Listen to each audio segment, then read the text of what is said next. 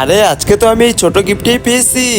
আরে ওয়াও, এখানে তো একটা মুকুট রয়েছে, কিন্তু বালতিটা আমার কাছে অনেক ভারী মনে হচ্ছে।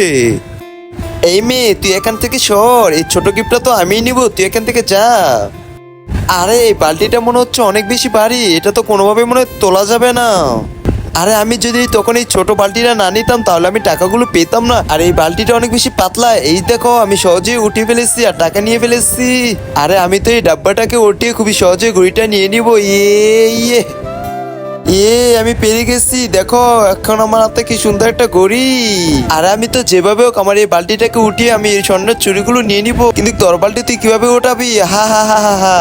তার আগে মাকে তো আমরা সবাই ভালোবাসি, কিন্তু সে মাকে ভালোবাসে কে কে ভিডিওতে লাইক দিয়ে চ্যানেলটাকে সাবস্ক্রাইব করে তা আজকে আমি দেখতে চাই। আর কমেন্ট বক্সে আই লাভ ইউ মা বাবা লিখে যাও। আরে উপরওয়ালা, আপনি আমাকে সাহায্য করুন।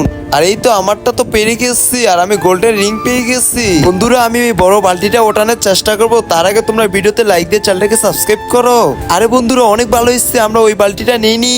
দেখো সে মনে হয় এখন এই বালতি তুলতে পারবে না, সে বালতি তো অনেক বেশি ভারী। এই উপরওয়ালা, আমাকে সাহায্য করুন। আরে বন্ধুরা, ওই দেখো ওই এত ভারী বালতি কিভাবে তুলে ফেললো। এই বালতি তুলেতে আমাকে উপরওয়ালা সাহায্য করেছে অনেক।